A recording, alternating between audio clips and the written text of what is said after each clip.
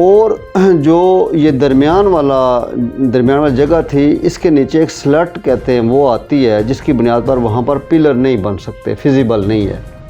تو اس میں ایک جو ہے وہ سٹیل کا ڈالنا تھا جو پل کو کنیکٹ کرنا تھا۔ وہ سٹیل کی جو میٹیریل ہے وہ بننا تھا چائنا میں، جرمنی میں یا جاپان میں۔ وہ 1 ارب روپے کا پروجیکٹ تھا۔ درمیان میں یہ ہوا کہ ہماری بیوروکریسی نے، ہماری آزاد کشمیر کی گورنمنٹ کی غفلت کی بنیاد پر وہ پروجیکٹ مکمل نہیں ہوا، وہ کوئی آرڈر نہیں دیا گیا۔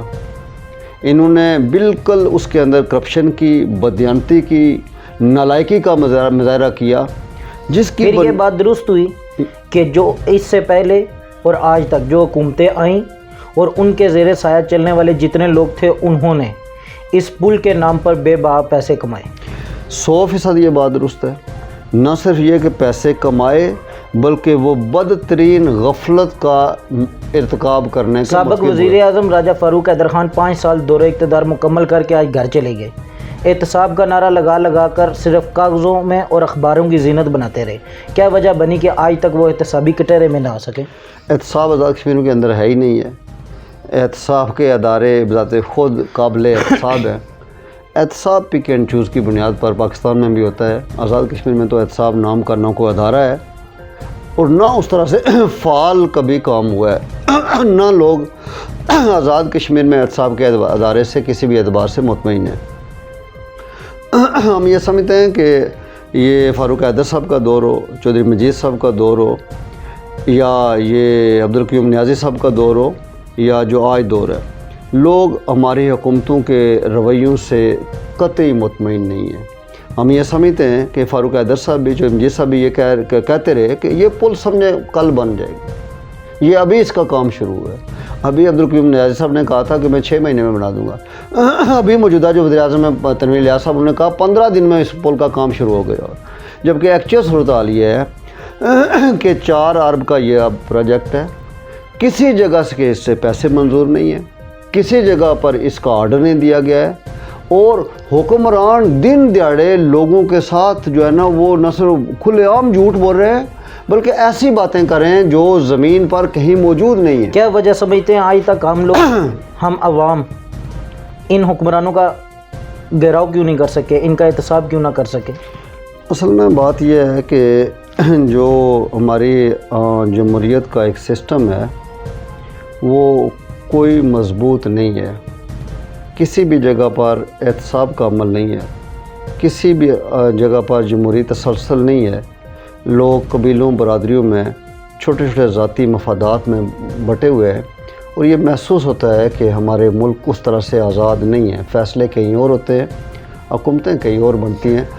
ابھی تک لوگ ان پاور ہے ہی نہیں ہیں پاکستان کے اندر، یا تھرڈ ورلڈ جتنے بھی ممالک ہیں ان کے اندر ابھی تک لوگوں کے پاس اقتدار نہیں ہے۔ صدر ریاست بیرسٹر سلطان محمود چودھری گزشتہ روز چکسواری میں صدارتی مشیر کے ہاں گئے۔ وہاں پر تقریر میں انہوں نے کہا کہ میں آپ کو خوشخبری سنانا چاہتا ہوں کہ چک خریام پل جلد از جلد مکمل کر دیا جائے گا۔ کیا سب کہنا چاہتے ہیں؟ یہ میں ان کی بات پر جو ہے نا بہت زیادہ خوش ہو سکتا ہوں کہ وہ خوشخبری سنائیں گے۔ آج سنائی انہوں نے، 5 سال بعد بھی یہ خوشخبری سنائیں گے۔ 5 سال پہلے بھی وہ یہ خوشخبری سناتے تھے، 10 سال پہلے بھی وہ یہ خوشخبری سناتے تھے کہ چک ریام پل بننے والا ہے، اور 15 سال کے بعد بھی میرے خیال میں وہ یہی خوشخبری سنائیں گے کہ پل بننے والا ہے۔ پریکٹیکلی ہمیں بتائیں کہ 4 ارب روپیہ چاہیے، گورنمنٹ پاکستان نے منظوری دے دی ہے، آزاد کشمیر حکومت نے منظوری دے دی ہے، فلاں جگہ آرڈر ہے، فلاں جگہ ہم نے جو ہے یہ نہیں ہے، تو یہ خوشخبریاں ہمیں کیوں سناتے ہیں؟ ہمیں پریکٹیکلی بتائیں کہ جو ہے نا فلاں جگہ پر انہوں نے کام شروع کر دیا۔ وزیر اعظم آزاد کشمیر سردار تنویر الیاس خان نے گزشتہ روز سے سوشل میڈیا کی زینت بنائی یہ خبریں کہ وفاق نے ہمارے بجٹ پر کٹ لگا دیا ہے۔ یہ ازلوں سے چلتا آ رہا ہے کہ اگر پاکستان اور آزاد کشمیر میں حکومتیں مختلف ہوں تو آزاد کشمیر والے یہی ہیلے بہانے کرتے ہیں کہ وفاق نے ہمارے بجٹ پہ کٹ لگا دیا، تو ریام پل کیسے مکمل ہوگا؟ کٹ کا تو مجھے علم نہیں ہے۔ اب تو جو 13ویں ترمیم ہے اس کے مطابق تو جو آزاد کشمیر کے ٹیکسیز ہیں وہ آزاد کشمیر گورنمنٹ کے اپنے پاس ہیں۔ ہماری معلومات کے مطابق جب سے 13ویں ترمیم ہوئی ہے آزاد کشمیر کی گورنمنٹ کبھی بھی ہمارا پورا بجٹ لوگوں پر خرچ ہی نہیں کر پائی ہے، وہ اپنے منصوبے اس سال میں مکمل نہیں کر پائے۔ یہ سارے ہیلے بنے اپنی جگہ رکھے، کام کرنا ہے تو کام کرے یہ چک ریام پل 480 فٹ صرف رہ گیا ہے. کتنا رہ گیا ہے؟ 480 فٹ. یہ ہمیں بنا کر دکھائیں اور اس پر پریکٹیکلی کوئی شیپ لوگوں کو بتائیں, تب مطمئن کیا جا سکتا ہے. عوامی نمائندے ہیں یاسر سلطان صاحب, وزیر بھی ہیں فزیکل پلاننگ کے, انہوں نے آپ سے رابطہ کیا تحریک چلنے کے بعد؟ کوئی رابطہ نہیں کیا ہے. میں ڈسٹرکٹ بار کا صدر ہوں, ان کی ذمہ داری بنتی ہے کہ بہت سارے معاملات ہیں میرپور کے اندر جو بار ہیں انہوں نے مل کر طے کرنے ہوتے ہیں. انہوں نے کوئی رابطہ نہیں کیا, اس پل کے اعتبار سے کوئی رابطہ نہیں کیا. دیگر جو کچہری کے آتا ہے, کچہری کے معاملات ہیں, دیگر جو بہت سارے لوگوں کے معاملات ہیں, اس پر بھی کبھی جو ہے نا وہ ہم نہیں بیٹھے, آج تک نہیں بیٹھے. آگے چلتے ہیں, تھوڑا سا آگے چلتے ہیں. کچھ روز قبل آپ نے corruption free Azad Kashmir, corruption free ریاست کے نام سے ایک واک کا آغاز کیا. کیا وجہ بنی کہ اس کو آگے نہ لے کر چل سکے؟ کرپشن فری واک بنیادی طور پر صدائے حق پارٹی ہے ڈڈیال, انہوں نے اور ڈسٹرکٹ بار میرپور نے مل کر ایک واک کا اہتمام کیا میرپور کے اندر. واک کا مطلب یہ ہوتا ہے کہ ایک اویئرنیس دینا کہ جو ہے نا لوگ ذہنی طور پر تیار ہو جائیں کہ انہوں نے اس حوالے سے ایک جدوجہد کرنی ہے. یہ نقطۂ آغاز ہے, آگے دیکھیے ہوتا ہے کیا. آگے اس کو لے کر چلیں گے انشاءاللہ لے کر. آپ وکلاء برادری کی طرف آتے ہیں, آپ وکلاء صدر بار بنے. آپ کون سا ایسا کارنامہ وکلاء کے لیے کیا جس کو آپ ساری زندگی یاد رکھیں؟ جو وکلاء کے کریڈٹ میں بات جاتی ہے میرے خیال میں, وہ جو ساری یاد رکھنے والا وہ یہ ہے کہ جب باپ پارٹی سے کچھ لوگوں نے سینٹ میں گلگت و بلتستان کو صوبہ بنانے کے حوالے سے تحریک جمع کروائی اور یہ طے ہو گیا کہ ریاست جموں کشمیر کوئی تقسیم کو مستقل مور لگانے کی طرف جو ہے نا معاملہ لے جایا جا رہا ہے. ایسے عالم میں صدر آزاد کشمیر بیرسٹر سلطان چودھری صاحب نے راولہ کوٹ ایک اجتماع سے خطاب کرتے ہوئے بیان دیا کہ گلگت و بلتستان کو صوبہ بنانے کا حتمی فیصلہ ہو چکا ہے اور میں کوئی بھی کردار ادا کرنے کی پوزیشن میں نہیں ہوں. سیاستدان جب دستبردار ہو گئے, ہمارے تمام باشعور طبقے کہیں رائے فرار اختیار کرنے لگے, تو اس وقت ڈسٹرکٹ بار ایسوسیشن میرپور نے 20 مارچ کو پورے آزاد کشمیر کے وکلاء نمائندگان کا اجلاس بلایا. Supreme court bar, high court bar, تمام ڈسٹرکٹ و تحصیل بار ایسوسیشن صدور و جنرل سیکرٹریز کو یہاں بلایا اور بلا کر ایک اعلامیہ جاری کیا کہ ریاست جموں کشمیر ناقابل تقسیم وحدت ہے اور اس کا مسئلہ قوم متحدہ کے اندر موجود ہے. اگر مقبوضہ کشمیر کے علاقہ کا فیصلہ حکومت ہندوستان نہیں کر سکتی ہے, اس حصے کے بھی کسی پارٹ کا فیصلہ کسی اعتبار سے نہیں کیا جا سکتا ہے. وہ اتنا باری بار ڈاکومنٹ تھا کہ اس کے نتیجے میں ریاست جموں کشمیر کی تقسیم پر یقینی مور لگانے کا عمل رک گیا ہے. اور وہ اتنا بڑا کارنامہ ہے, میں محسوس کرتا ہوں ڈسٹرکٹ بار ایسوسیشن میرپور کا. میں تمام وکلاء کو یہ کریڈٹ دوں گا اور تمام آزاد کشمیر کے وکلاء نمائندگان کو یہ کریڈٹ دوں گا کہ انہوں نے مل کر ایک ڈاکومنٹ جاری کیا, مل کر ایک اعلامیہ جاری کیا اور ہمیشہ کے لیے ہم نے یہ باب بند کیا ہے کہ ریاست کو تقسیم. آپ نے مقبوضہ کشمیر کی بات کی, یاسین ملک صاحب کو ساری سزا سنا دی گئی ہے. اسی روز عمران خان صاحب نے حقیقی آزادی مارچ اسلام آباد میں کی. آزاد ریاست کے تمام سیاستدان سرکاری مشینری کا استعمال کرتے ہوئے دندناتے ہوئے اسلام آباد پہنچے. اس موقع پر کیا کہنا چاہتے ہیں؟ آزاد کشمیر حکومت نے یاسین ملک کے اعتبار سے شدید غفلت کا مظاہرہ کیا ہے, لاپرواہی کا مظاہرہ کیا ہے اور پوری ریاست کے لوگوں کی توہین کی ہے. اس پر جتنا اظہار شرمندگی کیا جائے, کیونکہ یہ کوئی آزاد جموں کشمیر کی حکومت عام حکومت نہیں ہے, یہ حکومت بیس کیمپ ہے, پوری ریاست جموں کشمیر کے لوگوں کی نمائندگی کرتی ہے. اس کا عمل اس روز جس روز یاسین ملک کو سزا سنائے جانے تھے, اس روز ہمارے وزیر اعظم اسلام آباد کے اندر لیٹے ہوئے تھے اور جو ایک سابق وزیر امور کشمیر ہیں وہ ان کی گود میں سر رکھ کر لیٹے ہوئے تھے. ان کو اور بہت ساری فکریں تھیں لیکن کشمیر کی, ریاست جموں کشمیر کے مسئلے کی کوئی فکر نہیں تھی. پھر یہ بات درست ہے کہ ہم آزاد ریاست ہونے کے باوجود ہم اور ہمارے سیاستدان آزاد نہیں ہیں؟ قطعاً آزاد نہیں. غلام ابن غلام ہے. غلام ابن غلام ابن غلام ہے. یہ سوچ اور فکر بدلنے میں کوئی کوشش کریں گے؟ یہ جو ہم کام کر رہے ہیں یہ اسی کوشش کی طرف ایک سفر ہے۔ کرپشن واک کا آپ نے آغاز کیا، اس میں آپ نے برقیات کے حوالے سے بھی ذکر کیا، اور برقیات کے حوالے سے میں ایک سوال پوچھنا چاہتا ہوں قانونی حیثیت میں، کیا برقیات کے جتنے ملازمین ہیں جو فرائض منصبی سر انجام دے رہے ہیں برقیات میں، وہ فری بجلی استعمال کر سکتے ہیں؟ قانون میں اس کی کوئی شک موجود ہے؟ ہم نے وہاں پر اس روز بات کی تھی۔ یہ بہت بڑا المیہ ہے اور دھوکہ ہے کہ آزاد کشمیر کے اندر تعلیم کے بعد سب سے بڑا محکمہ برقیات ہے۔ ایک میٹر ریڈر سے لے کر سیکٹری تک کوئی بندہ بھی بل نہیں دیتا ہے، غیر قانونی طور پر بل نہیں دیتے، ان کو کوئی چھوٹ نہیں ہے، قانون میں اس کی کوئی گنجائش نہیں ہے۔ وہ جو بل نہیں دیتے ہیں وہ بجلی سر عام چوری کرتے ہیں، اصل چور دوسروں کو چور ڈکلیئر کر رہے ہیں۔ اور یہ جو بل لوگوں کے 30,000 50,000 60,000 70,000 روپے آ رہے ہیں، یہ کیوں آ رہے ہیں؟